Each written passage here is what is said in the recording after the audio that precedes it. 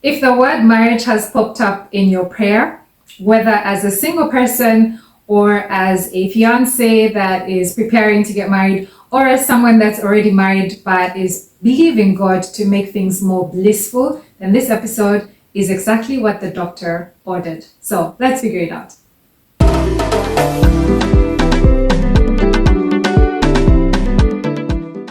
Hi, and thank you so much for joining me for another exciting episode of Figuring It Out. This is your faith-based personal development space where we equip you with the clarity, courage, and wisdom you need to win at life so it never has to take you down. My name is Aggie, short for Agnes, and I am your Chief Encouragement Officer. It is so good to have you here. This is one of those episodes where I'm going to ask you to get your notepad and a pen so that you take notes as we go through the episode. I'm also going to ask you to please make this one an interactive one. So if I say something that deeply resonates or something that raises a question or something that you categorically disagree with, pause the episode and type your thoughts into the comments, and I'll be on the back end making sure that I respond to you in real time so we can make this an active conversation. So let's start out with, why do I think that I'm qualified to have this conversation? I am blessed to be married for 13 years now. My husband and I, we dated 3 years before we got married, and we've been married for 13 years. So we've been together 16 years overall. And I believe within these 16 years, I have learned so much that I can share with you to make the journey of transitioning from singleness into having a blissful marriage more beautiful and fruitful one for you. So let's dig in. Looking back on my single days, one of the things that I pride myself in having done that I want to encourage you to do is after dating a couple of strange guys, or sorry guys, yeah, if you're watching, sorry. But after dating some strange guys, making weird experiences, I decided that I was going to write to God and just really clarify what type of person that I was looking for. I wasn't looking for someone who was going to pretend that they forgot their wallet and make me pay for the bills. I wasn't looking for someone who spent time at the bar.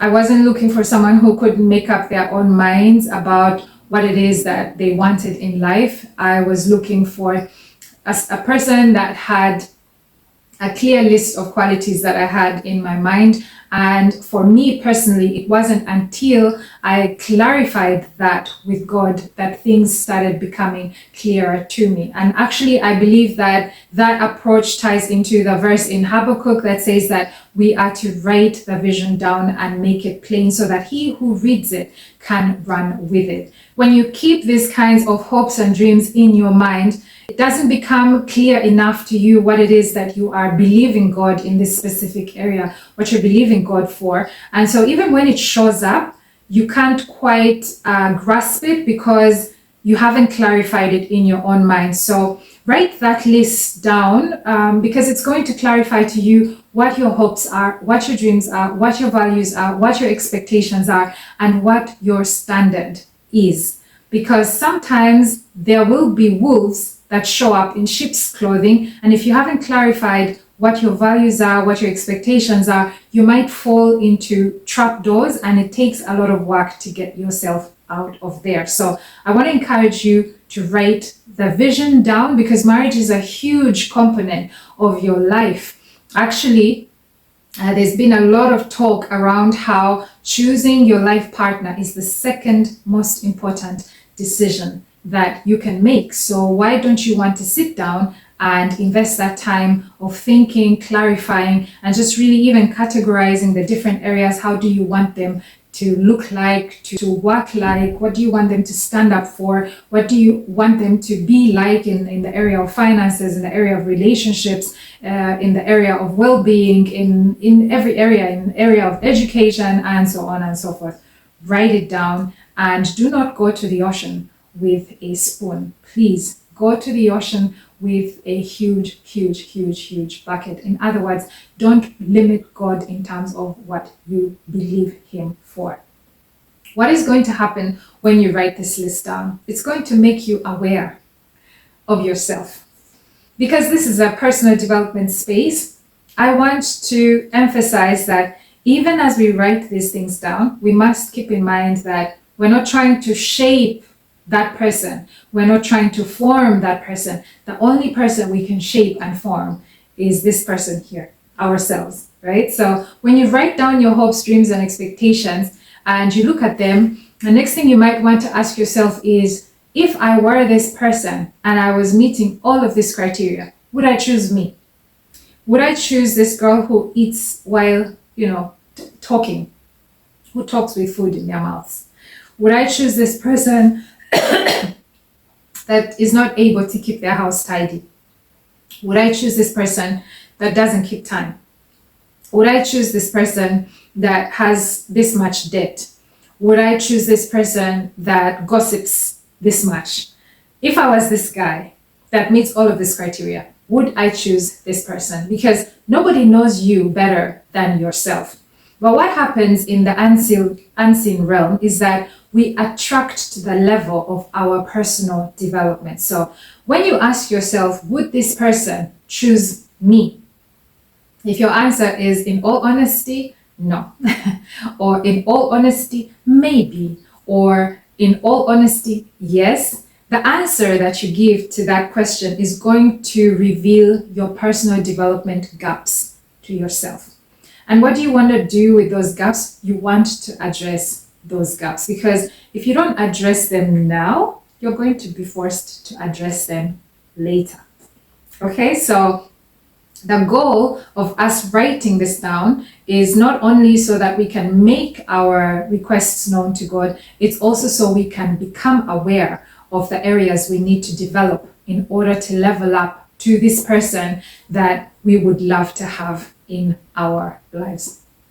So make sure you do that, okay? Do it, keep praying over it, but also use it to mirror yourself and challenge yourself to come up higher. Next thing I want to encourage you to do is to get clear around, why do you want to get married? Get clear around that and make sure that your reasons for wanting to get married align with the purposes of God.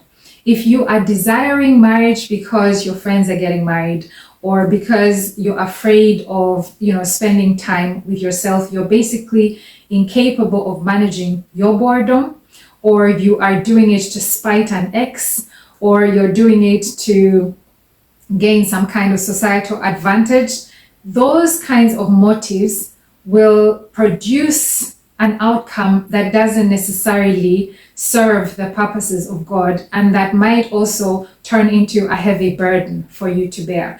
I have said it in previous episodes that the motive behind our actions is usually the seed that we are unknowingly planting. That's why we always have to make sure that we're moving in pure motive and that we are moving from a place of love and alignment with the things of God. Because any other motive outside of that, if it's manipulation, or it is opportunism, or it is competition and comparison, those are the things that will get multiplied to you should you succeed in actually getting that life partner, right? So you want to make sure that you're checking your motives. Is this person your friend? Is this person someone you're genuinely going to do life with and share your everything with? Or are you just looking out for what is in it for you, right? So depending on what your motives are, know that that is going to be multiplied to you as soon as you get married. So you want to go back to the drawing table and clean up your motives so that you're actually putting into the marriage the very thing that you would love to have multiplied to you.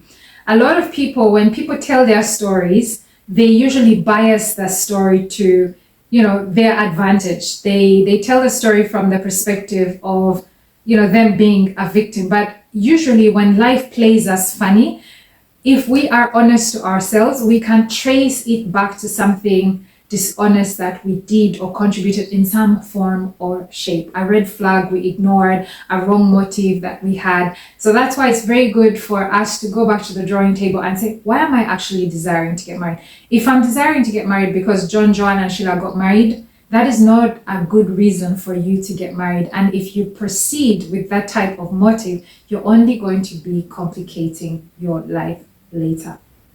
If you're also getting married because the whole village is pressuring you to get married, that is not a right motive for you to get married either. So you want to go back to the drawing table and make sure that you're aligning your motives to the motives of God.